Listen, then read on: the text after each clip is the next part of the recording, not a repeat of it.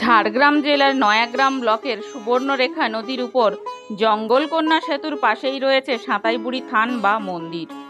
মন্দির বলতে একটি পাথরের চারিপাশে রয়েছে ইটের পাঁচিল, কোনো ছাদ বা আচ্ছাদন নেই। বেদির উপর একটি পাথর এবং মাটির তৈরি হাতি ঘোড়াকেই দেবী হিসেবে পুজো করা হয়। গ্রামদেবী বা লৌকিক দেবী হিসেবে পরিচিত তিনি। সাঁতাইবুড়ির আবির্ভাব নিয়ে রয়েছে নানা কিংবদন্তি।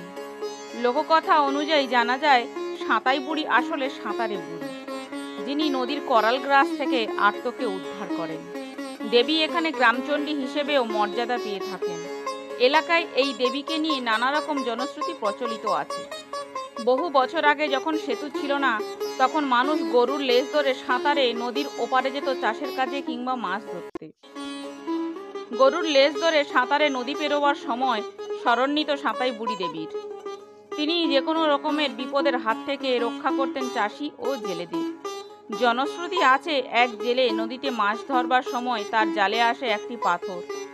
পাথরের আচার আচরণ অস্বাভাবিক হওয়ায় সেই পাথরটিকে নদীর পাড়ে এনে পুজো করতে শুরু করেন ওই জেলে।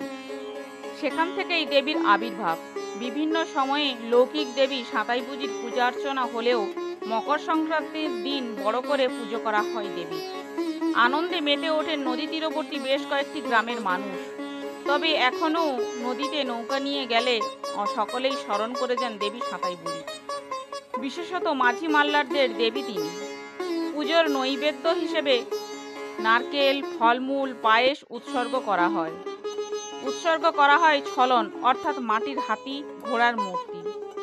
সুতোতেও ঢিল বেঁধে মানত করেন অনেকেই। পরে পুজো দিয়ে মানত রক্ষাও করেন।